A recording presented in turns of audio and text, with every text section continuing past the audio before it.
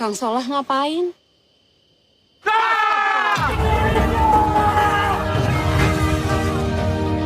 Sudah saatnya kita bangkitkan melawan.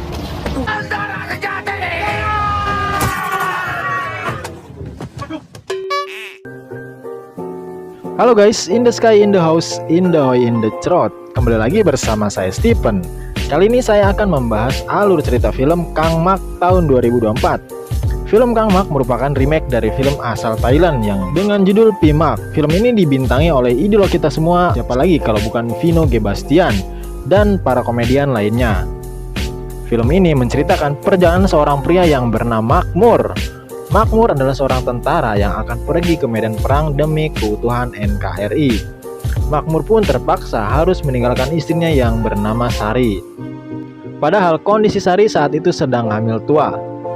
Tak banyak ngacaprak lagi, langsung saja kita ke alur filmnya. Check this throat.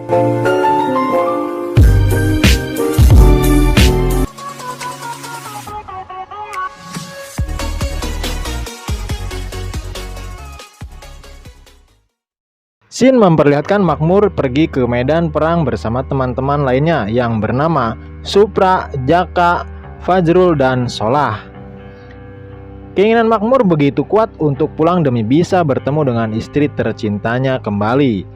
Tekad inilah yang membuat Makmur dan teman-temannya bisa selamat di medan perang. Mereka pun mengikat janji sebagai sahabat sehidup semati.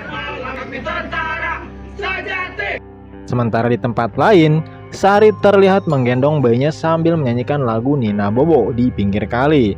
Dan dia terus-terusan memanggil nama Mak.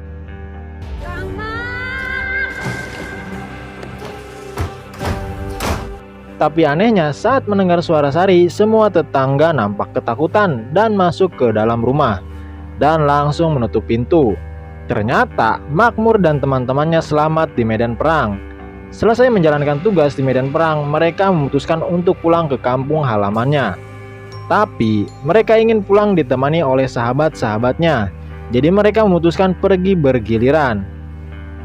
Diawali dengan pergi ke rumah Makmur terlebih dahulu, karena rumah Makmur yang lebih dekat dari situ. Dan yang terakhir dikunjungi adalah rumahnya Bang Supra, karena rumahnya yang paling jauh dari lokasi tersebut. Ya, kalau itu mah kurang jauh. Jauh. Kalau pepes-pepesan bisa nggak? Pepes bisa, pepes tahu, pepes ikan, Pepes kambing saya. pepes kambing mah gede, bungkusnya pakai daun apa? Setelah perahu hampir sampai ke rumahnya Makmur dan sudah ada di desa tersebut, tapi Fajrul anehnya karena kampung tersebut sangat sepi. Begitu pula dengan Makmur, karena biasanya di desa tersebut selalu ramai, banyak orang berlalu lalang.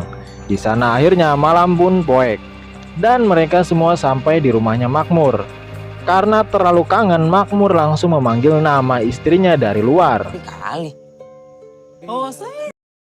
Tapi tidak ada jawaban sama sekali dari Sari, dan Makmur pun masuk ke dalam rumahnya.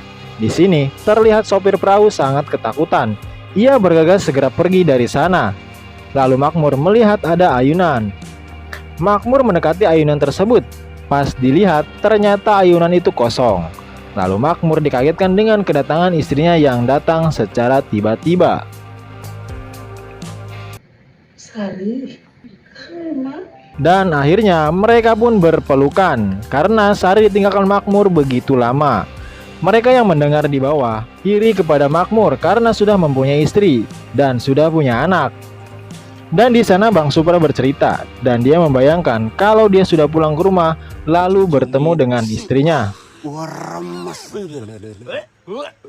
Perkataannya tersebut membuat teman-temannya geli dan ingin muntah mendengar cerita dari Bang Supra. Di sana Makmur mengira istrinya itu keguguran. Tapi ternyata istrinya itu sudah melahirkan dan dia menunjukkan letak bayinya tersebut. Dan Makmur pun langsung memangku anaknya. Makmur bangga kepada istrinya karena melahirkan anak yang cantik seperti ibunya. cantik seperti wajahmu, Sari. Jadi kita laki-laki. Tapi kenyataannya bayi itu adalah anak laki-laki. Di sana Makmur bertanya siapa nama anak yang diberikan oleh Sari. Dan Sari pun memberitahukan kalau nama anaknya adalah anak yang diimpi-impikan oleh Makmur. Yang akan selalu impi-impikan.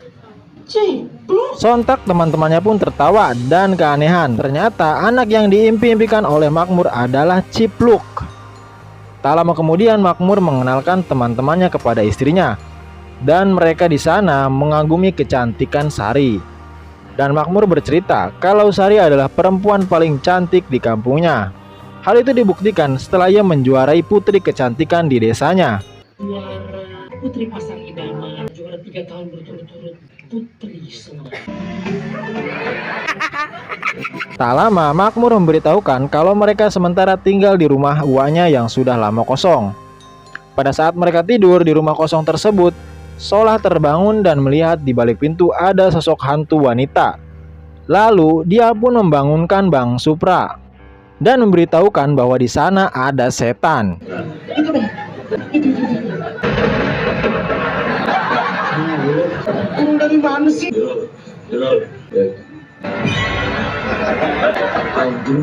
Tapi ada burung. Keesokan harinya Makmur bersama teman-temannya menaiki perahu hendak pergi ke pasar. Di sana Jaka melihat ada Sari yang berdiri. Jaka memberinya salam tapi Sari membalasnya dengan muka datar.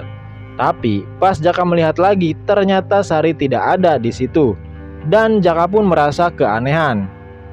Sesampainya di pasar, Makmur dan teman-temannya ingin membeli sayuran.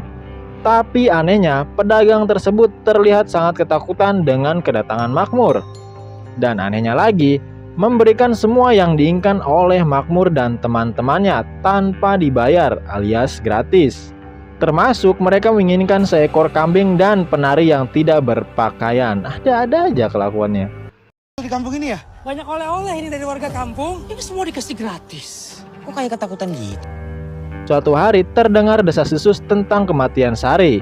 Saat itu ada seorang perempuan tua alias nenek-nenek yang ngasih tahu kalau Sari sebenarnya sudah meninggal. Perempuan tua itu menganggap kalau Sari sudah mati. Jadi Sari yang hidup bersama Makmur dan teman-temannya adalah sosok arwah gentayangan. Lalu perempuan tua itu memberitahukan mereka gimana caranya agar mereka bisa membuktikan kalau Sari itu bukanlah manusia.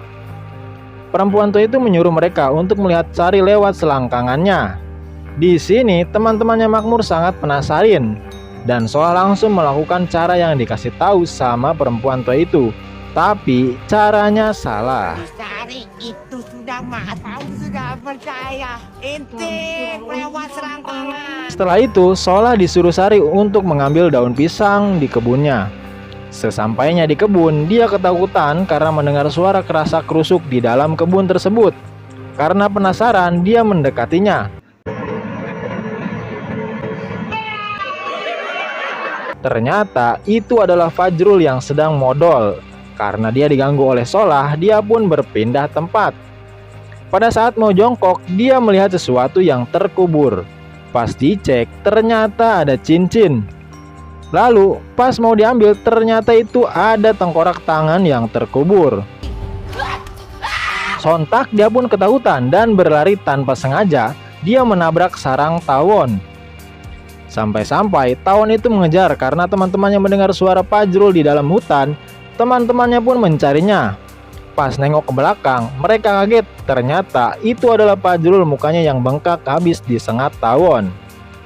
Di sini, Fajrul ingin memberitahu teman-temannya kalau istrinya Makmur itu adalah setan. Tapi di sini teman-temannya tidak mengerti apa yang sedang Fajrul katakan. Karena teman-temannya tidak kunjung mengerti apa yang dikatakan, akhirnya dia mengambil kayu dan menulisnya di atas tanah. Kalau sebenarnya Sari itu adalah setan. Di sini, Solah tidak percaya kalau dia sudah membuktikan sendiri dengan cara melihat selangkangannya Sari. Di sini Jaka mengatakan kalau dia itu salah dan dia meragakan cara yang benar. Pas dia meragakan, dia dikagetkan dengan kedatangan Makmur. Di sini Makmur bertanya mukanya Fajrul kenapa. Fajrul kenapa mukanya? Pasti dia untuk tawon ini mah. Itu perasaan gue tuh udah gak enak. Tapi ya masa kita ninggalin Makmur sendiri ya. Jadi sebenarnya ada apa sih? Fajrul mengatakan kepada Makmur, namun sayangnya ucapannya itu tidak dimengerti oleh Makmur. Mereka ingin menyadarkan Makmur kalau istrinya sudah meninggal. Namun Makmur tidak mempercayainya. Dia yakin istrinya benar-benar manusia. Malam harinya, teman-temannya mampir ke rumah untuk makan malam. Makan malam kali ini ditemani dedaunan kering dan belatung. Tapi Makmur malah cengar-cengir mempersembahkan makanan itu kepada teman-temannya. Meskipun begitu, teman-temannya tetap memakannya seolah-olah makanan itu enak. Sementara Sari menatap mereka dengan sinis. Mereka mencoba kabur dari rumah Makmur dengan menaiki perahu dan mereka ingin menyadarkan Makmur kalau istrinya sudah meninggal. Tapi sayangnya usaha mereka selalu digagalkan oleh Sari. Sari mengancam mereka semua agar mereka tidak ngasih tahu kepada Makmur tentang siapa dirinya. Ngangkat jemuran. Nah, saya mau nyetrika. Habis disetrika saya mau justru. Hingga suatu momen pada malam hari, Makmur dan Sari pergi ke pasar malam. Mereka tampak bahagia sebagai suami istri. Saat Makmur dan Sari mencoba ke wahana rumah hantu, lagi-lagi temannya coba untuk menculik Makmur demi menyelamatkannya dari hantu Sari. Sampai akhirnya komplotan itu berhasil membawa Makmur. Namun sayangnya, Sari menyadari suaminya diculik. Keempat temannya mulai panik dan mereka bercosplay pakaian hantu pasar malam. Tiba-tiba, hantu Sari muncul dan mereka berempat menjobol dinding wahana rumah hantu dan membawa Makmur pergi.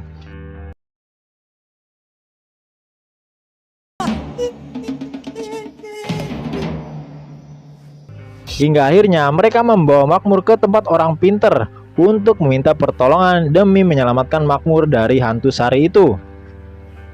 Dukun itu mengatakan kalau jangan keluar dari pembatas tali tersebut, karena dengan berada di dalam, setan apapun tidak bisa mendekati mereka. Dukun itu pun membacakan jampe-jampe supaya Sari datang ke tempat itu dan memusnahkannya. Tiba-tiba terdengar suara ketukan pintu dari luar. Suasana pun berubah menjadi mencekam.